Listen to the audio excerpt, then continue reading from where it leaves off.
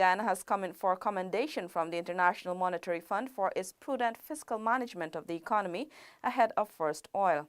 Stacey Carmichael tells us more.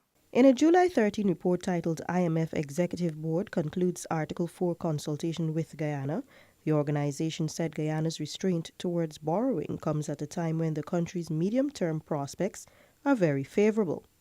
With oil production to start in 2020, the IMF said the additional oil discoveries have significantly improved the medium and long-term outlook. The IMF's observation over prudent borrowing validates concerns by the Ministry of Finance of the prospect of what is termed the pre-source curse.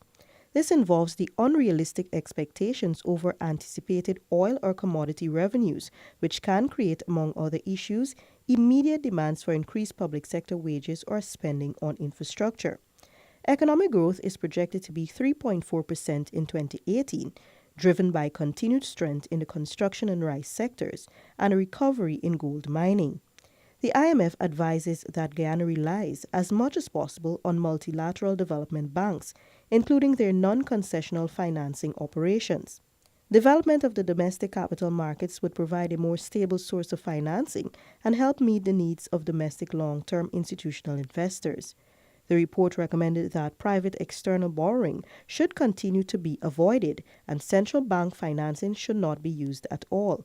The IMF also forecasts that the current account deficit is projected to narrow to 6.1 and 4.3% of gross domestic product, GDP, in 2018 and 2019 respectively. The deficit will be financed largely by foreign direct investment or FDI inflows and donor-supported investment. The central government deficit is projected to widen to 5.4 and 5.1% of GDP in 2018 and 2019 due to the cost of restructuring the sugar sector and an increase in infrastructure-related capital expenditure. While public debt is projected to rise in the short term, it is forecast to decline with the onset of oil production. For InfoHub, Stacey Carmichael.